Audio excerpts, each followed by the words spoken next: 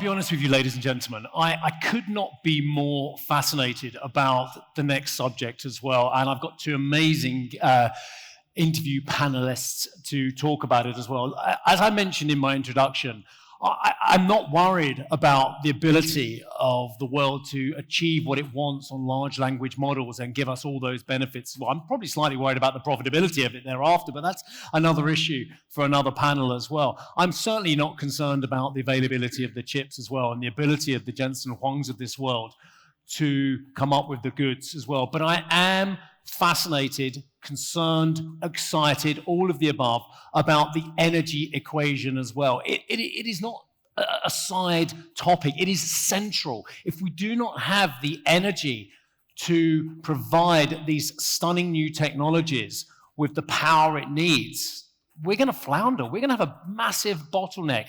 And there are some parts of the world that are doing some quite extraordinary things. And I think the UAE is a role model for thinking about all the different types of energy usage that can be used, especially clean tech as well. Let me just get straight into who I'm joined by on this panel, and I'll get into some questions with them as well. Sama Bilbao Il-Leon is the Director General of the World Nuclear Association, and it's very, very interesting. In our very brief conversation before we came on, I was saying to her, wow, it's such an exciting space now with all the SMRs, the small modular reactors, to which Sama put me down straight. She goes, Steve, it's always been exciting, and it cannot just be about SMRs as well. So I think we've got some brilliant conversations to have there as well.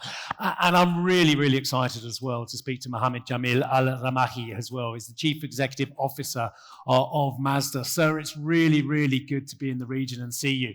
And one of the reasons why I'm always so excited to speak to Mazda, because I've got a bit of history with Mazda as well, because I first came to this region about 20 years ago as well, and I got put on a bus.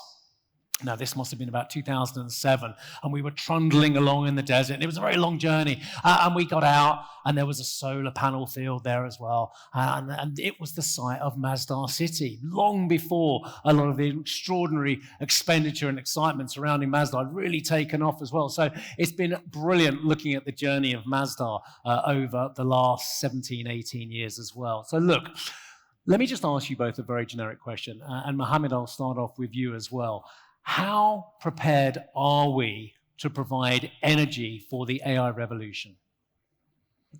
Good morning, Steve. Thank you, CNBC, and of course, ADGM and Abu Dhabi Finance Week. Good morning to all of the audience.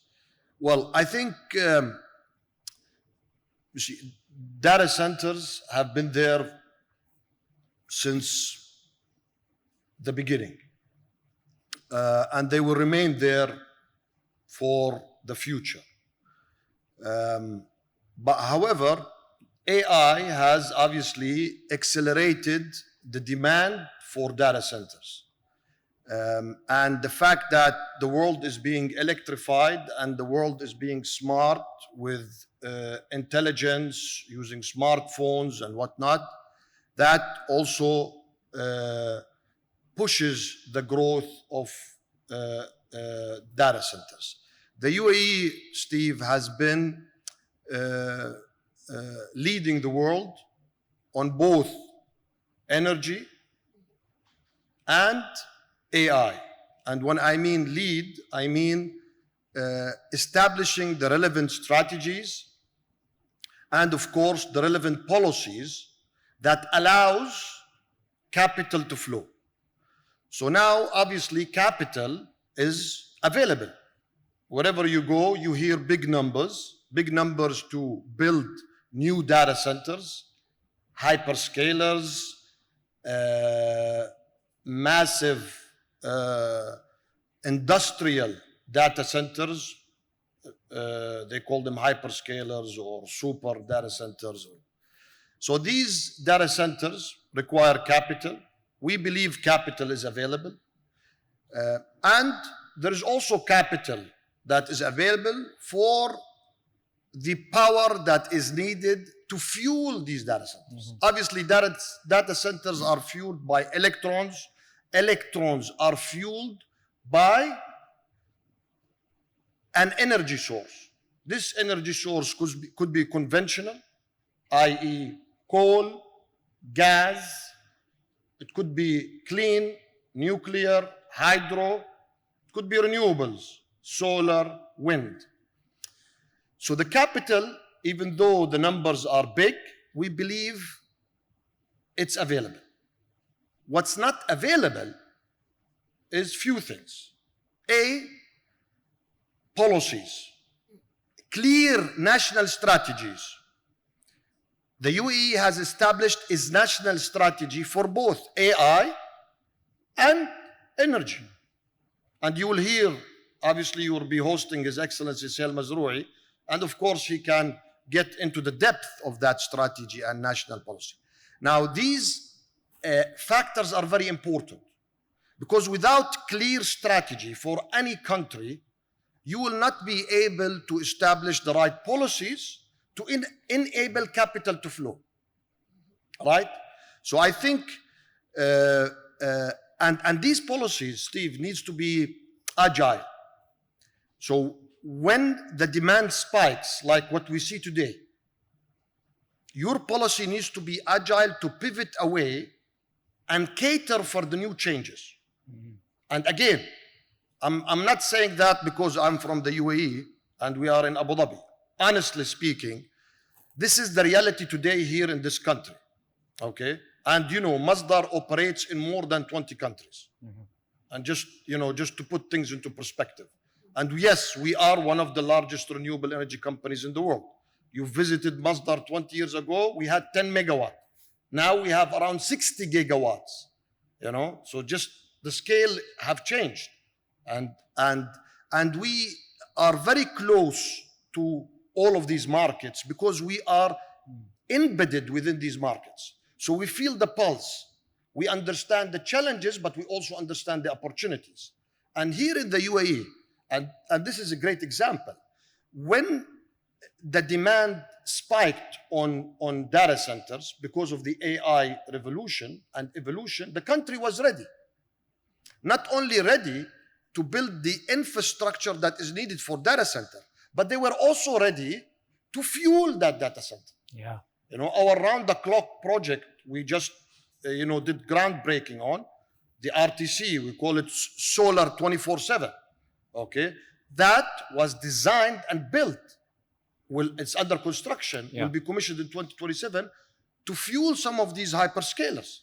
But this is only one project, and it's the largest round-the-clock project in the world.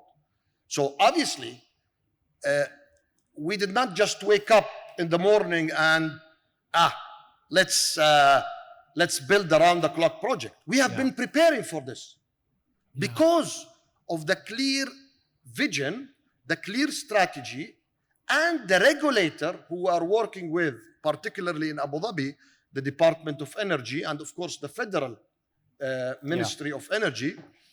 We've known that this is coming. Yeah. We were ready for it. Now this is unique, right? This is unique.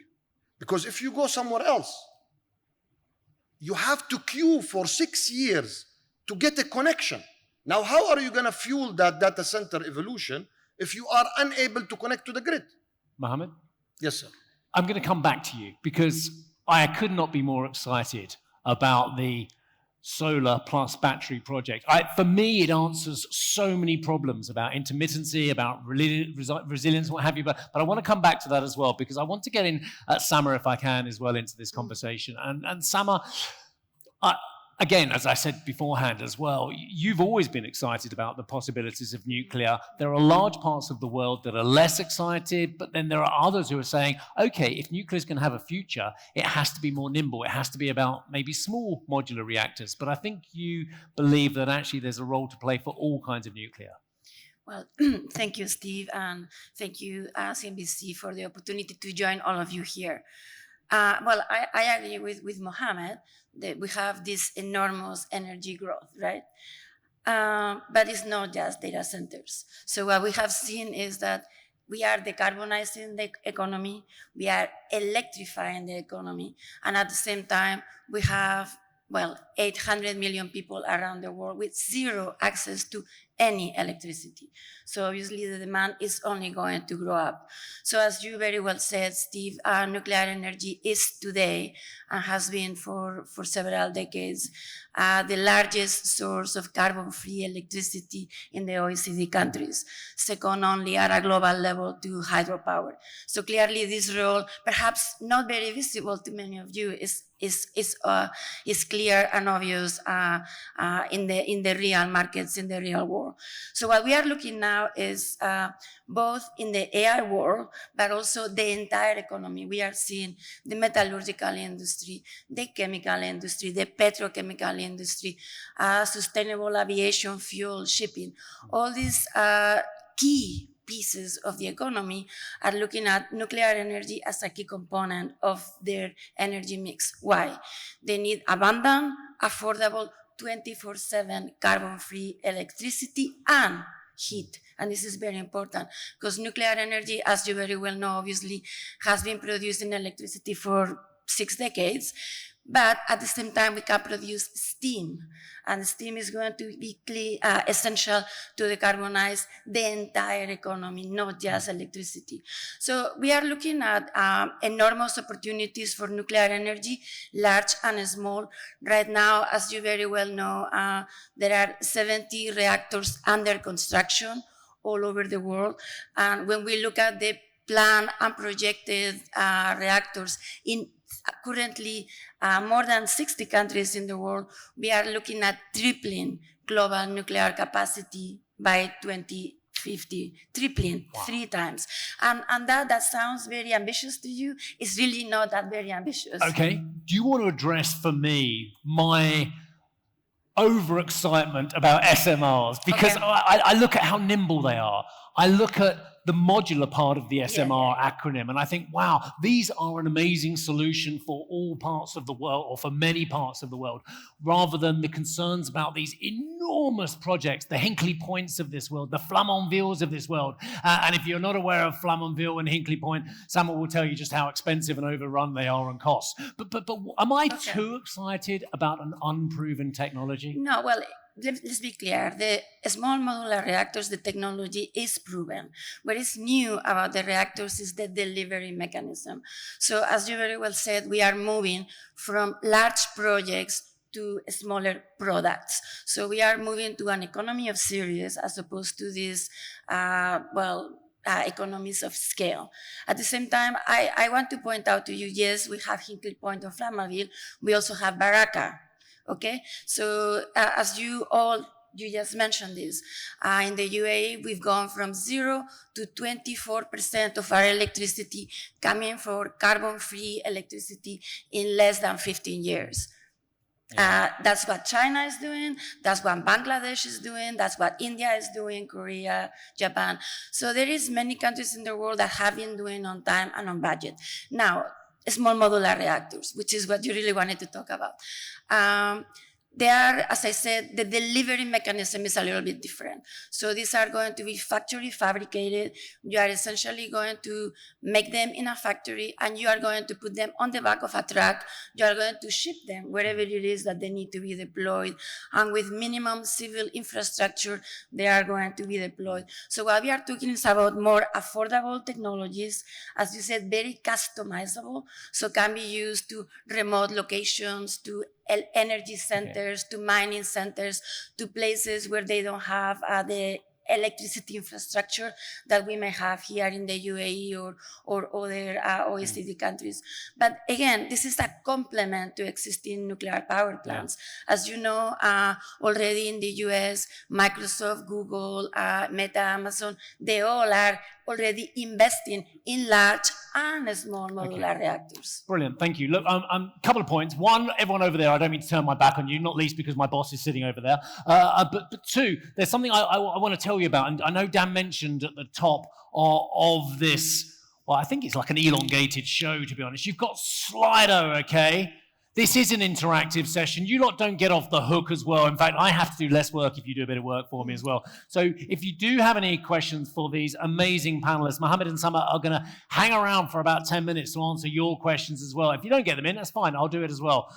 You don't just get to play in the quizzes as well. So just Slido, have a think about your questions about the energy conundrum and the energy mix. Right, okay. Before I get back to the planning side of things, which I thought was a brilliant point from both of you, we've just assumed something, and journalistically I have to come back, and you said in a decarbonizing world, a decarbonized world. Look, I'm not going to get political on this. I'm not picking on politicians. I'm not going to look specifically at certain big administrations in certain big countries in the Western Hemisphere, but there are those politicians who do not see necessarily the AI drive being driven by clean energy, by renewables. In fact, they see a role for coal. They see a role for gas. And I think there is a role for gas as well. But in terms of AI being accompanied hand in hand by decarbonization, do you just want to address that very issue that has come up already? Mohammed, why don't you start off? So, I mean, let's start with the simple answer. I mean, anybody who doesn't believe that climate change is an issue, that's a different story. We believe climate change is an issue. It's a serious issue. And, we've hosted COP28. It was a great, successful COP28. So as a country and as Masdar, obviously we are what we call ourselves, we are the Masdarians. We are the Green Party here. So of course, you've got to be careful. The Green Party in the UK is completely different politically. UAE Green Party. Okay. As long as we know where we are, sir. Yeah, okay. Yeah. So not in a political way, just to Absolutely. Be clear. Green energy. We represent the green energy industry. So obviously, decarbonization is very important, and I think both renewables is a key contributor to decarbonization. Electrification is a key component to decarbonization. And obviously, using technologies like nuclear and SMR is also very important and key for decarbonization. In fact, the first COP that really positioned nuclear was at COP28. Okay? That's a very important milestone because we believe in nuclear, we believe in SMR, and we believe that these technologies are very important to establish the net zero targets and our decarbonization advancement, right? So obviously, any spike on demand vis-a-vis electrons, that means what? That means you need to essentially create the supply to these electrons. And to create the supply to these electrons, you need to start generating more power. Okay? And there are different ways to generate more powers, like I've highlighted.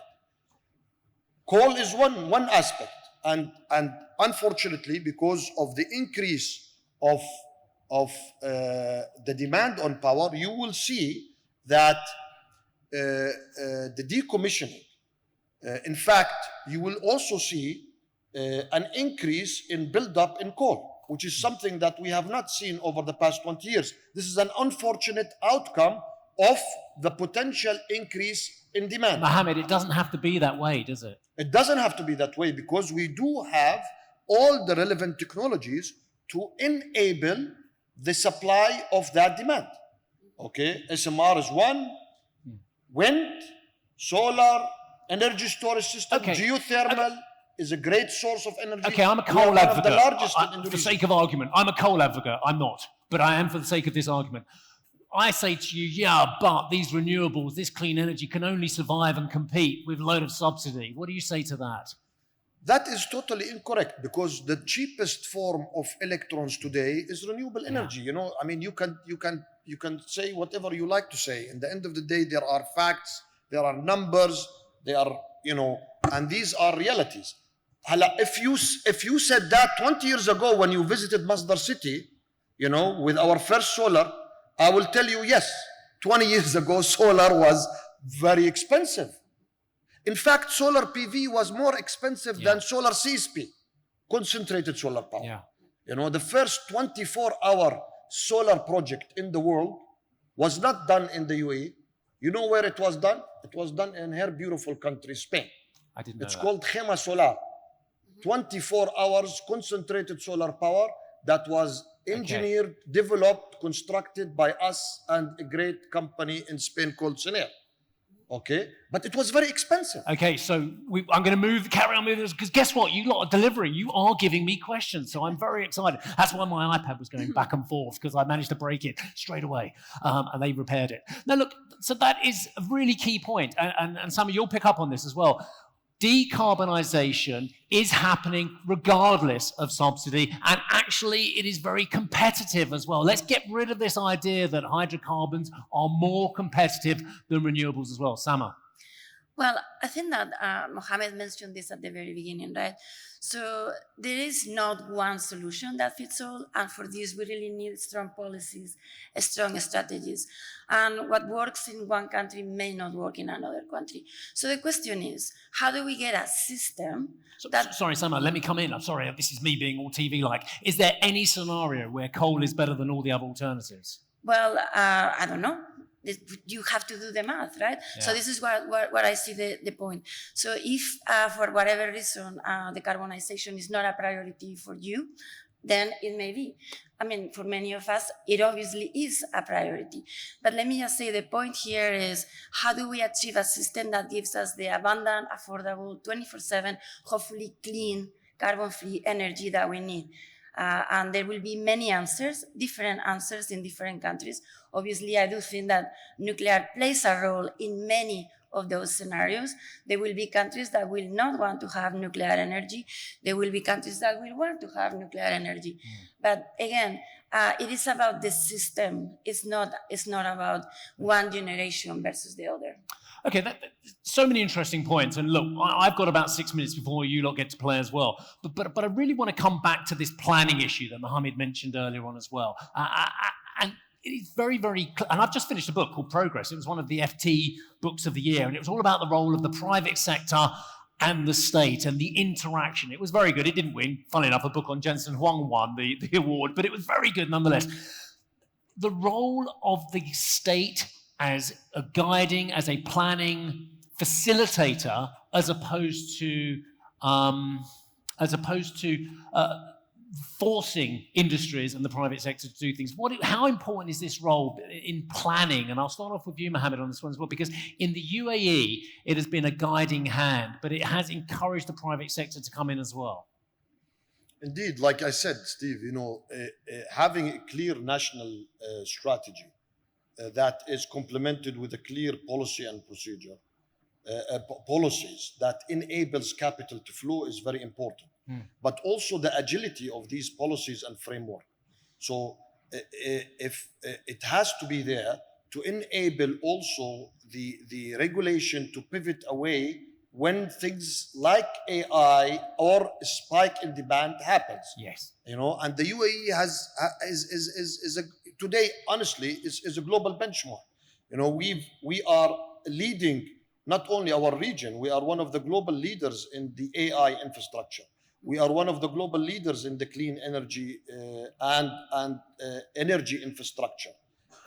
And that's why we are attracting with partners capital into this domain. But you've hit upon something, again, I don't know if you did it on purpose, but you've hit upon another great point, and that is it's not just about the planning. It's not just about the facilitation. It's about permitting and regulation as well. And I see so many brilliant men and women in the energy field, in the clean energy field, in the renewable field, whose ambitions are thwarted by 6, 7, 8-year planning. The CEO of a very large wind company said to me during COVID, he said, during COVID and the devastating war in Europe, he said, if we moved as quickly on permitting for wind as we did for an LNG terminal in northern Germany, we would be there. The government role, Sama, tell me about Very important. As we said, we need to have a strategy, but very importantly, that needs to be implemented as an industrial strategy. We need to put in place the mechanisms so the private sector has the visibility, the long-term signals that are going to incentivize them to invest in this. So as we were hearing, so when there is clarity, when there is visibility of what's what the future brings, the private industry is going to invest. Let's not forget that energy typically we are talking about very large infrastructure. Yeah. I mean, even though it is a unit or the entire system, the grid, if you are looking at the pipelines, etc., etc. So obviously there is a need to have a central thinking process, a central coordination that incentivizes everybody else. Which is so missing, I'm afraid, in so many parts of the world where I come from as well. Look, I'm very aware that I don't get this panel too long too early because I will throw the whole schedule in and His Excellency the Minister will not be happy with me, just like in the days of Vienna when I was chasing him around as well. Those were the OPEC days anyway, as Dan Full knows well. But Mohammed, I do have to chat about one more technology, which you've already alluded to as well, and this is 24/7 solar plus battery. Oh, solar energy, it's too intermittent. It doesn't give the resilience, well, that we need for our baseload as well. But if you have enormous battery capacity plus solar and you get 24/7, hello, we're in the game. Just give us a minute on that because I could not be more excited about it. Mm-hmm. Yeah, so I mean, we've been working on this. Obviously, one of the key challenges in renewables, as you've highlighted, Steve, is the intermittency. Mm-hmm. And that was always a dream for all of us within our industry, is to build a solution that allows the utilization of the sun 24/7, the wind 24/7. Even when the sun doesn't shine, you still generate. And that has always been our North Star, And here in the UAE, we were able to, again, demonstrate our ability to create something, a dream, a reality. And obviously, it's a lot of work with a lot of contribution from technology providers to our technical team and engineer and a lot of experience in this field. And now combining solar, for example, us in the UAE and our region, we are blessed with a lot of solar, obviously. Yeah. But in other countries, you are blessed with wind. For example, in the UK, you have a lot of great offshore wind sources. Don't remind me, Mohammed. I've just come from 8 degrees and it's pelting down to 27 degrees in UAE. Wonder why it's so attractive out here for so many people. But yeah, but it is so exciting, isn't it? Exactly. Right. Okay. Trying to keep on track here. Okay. So we've got some questions from you as well. Let me just fire these away. And Samuel, why don't we start off with you and then Mohammed will answer the same question. How are you hedging your risk in a scenario where the AI cloud energy need was to be much less than what is forecast by the news? You mean CNBC? I know what you mean. I have the same question. If we do see an AI downturn, I guess the question is really hedging a risk on the fact that we're overestimating the demand from AI. Sama and then Mohammed. As I said before, AI is just one piece of the puzzle. I think that we all have become very aware of AI because, well, it is exciting to all of us. But the energy demand, the electricity demand, growth has been obvious to many people for quite a while. As I said before, we are electrifying everything, transportation. We are electrifying heating and cooling in our houses. We are trying to provide energy to all those people everywhere in the world that do not have it. So even if the AI demand is not as big as we expected, there are plenty other pieces of the economy that need lots of electricity, lots of energy. And in that sense, we are very much ready to help with that. It's sobering. I've got to calm down. It's not just about AI. It's about the growth in amazing areas, such as the Middle East. The Middle East will carry on growing regardless of AI, but AI, we know, is a great facilitator. Mohammed, did you want to come back on this one? How are you hedging your risk just in case AI isn't as explosive as we think it is now in the news? Whoever wrote that, I'm watching you. I think the development of data centers, be it for the utilization of AI or for technology innovation, is here to stay forever. So that demand will continue to grow. Yeah. So we don't see any risk whatsoever. The real risk is the implementation. Yeah. The real risk is really finding a place to build these data centers. The capital is there, I can tell you right now, there is challenges across the world. You can't find the waiting list to a data center to connect in Europe. Good luck to find the right place in Europe to build a data center with scale. Okay, the same thing with the US. Okay, and even if you find the hub to connect to as a data center, to a grid, you can't find the power to supply that grid. So the reality is that AI data centers will be built, but if you do not provide the relevant policy, the relevant regulation, and the relevant opportunity for these things to be built in your country, they will move somewhere else. They will come here to our region. And we are happy to host them. Absolutely. And you'll be happy to have me back to look at your 24/7 as well. You must do that as well. And by the way, it's a similar kind of topic, which I'm going to speak with His Excellency Majid Al Suwaidi in a few moments about, is the difficulty in putting that capital to work as well. So thank you, sir. It'd be great to speak to you in a few moments' time as well about that. By the way, that was Anonymous who was saying, as forecast by the news. Some of you have put your names down for these. So I'm going to go to Ankur's question next. A lot of excitement and interest in building nuclear energy capacity in AI, leading nations such as Singapore, GCC. How will the spent fuel be dealt with safely? It's a great question. It's a perennial question. Well, this is the way we've always done it, right? So, first of all, I mean, many of you think about spent fuel as something that is a huge problem. In reality, the amount of spent fuel that we have for all the nuclear power plants all over the world is very, very small. We are talking less than a football field in the entire world. So that's very small.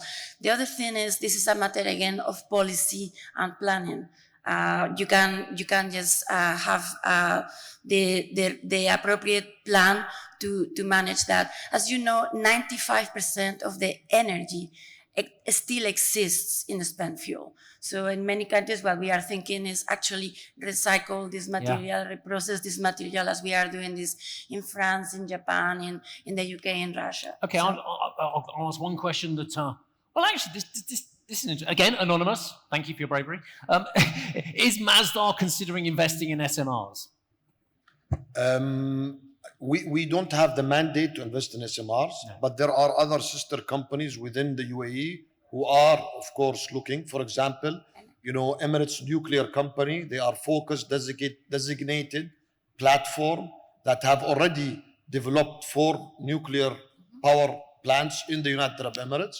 But Masdar is only a renewable energy company that focuses on key renewable energy technologies: solar, wind, geothermal, and energy storage system. Okay, brilliant. Look, my clock says 40 seconds. I think that means 4 minutes, so I'm going to carry on. How would efficiency gains in data centers, hardware affect profitability of global power projects as well? It's a great point. If they become more efficient, are we going to need as much power? I guess this is being factored in. Do you want to come up? Well, I mean, you're right. Obviously, the chips are going to become more efficient. I'm not sure that's going to mean that we are going to have fewer data centers. I think that we will be better at using them. But again, as I said before, well, this is just one of the pieces of the puzzle. We have finally put together this connection between abundant, affordable, 24/7 clean energy and prosperity.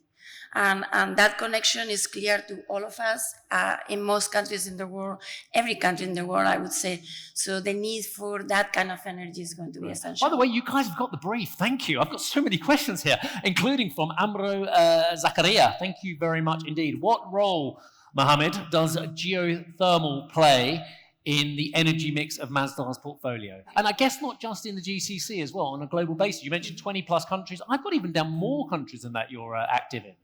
Yeah, so and obviously geothermal is a great source of energy, but it depends. You need to develop it and build it in the right place.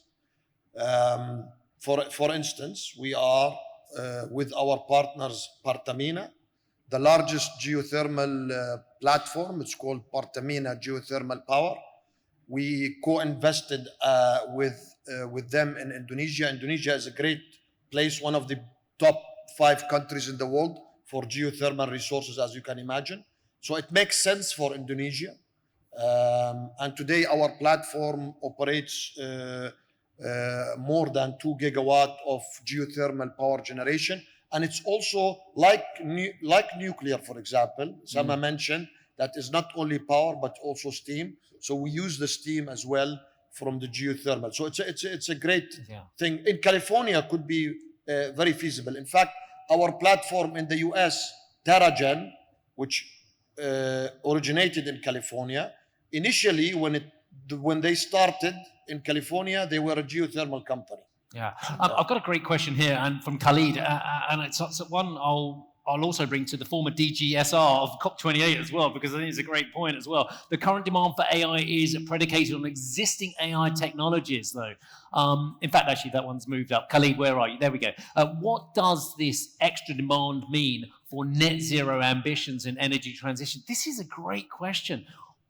When I was at COP28 in Dubai, when I was at COP26 in Glasgow, when I was at COP21 in Paris, maybe I missed something.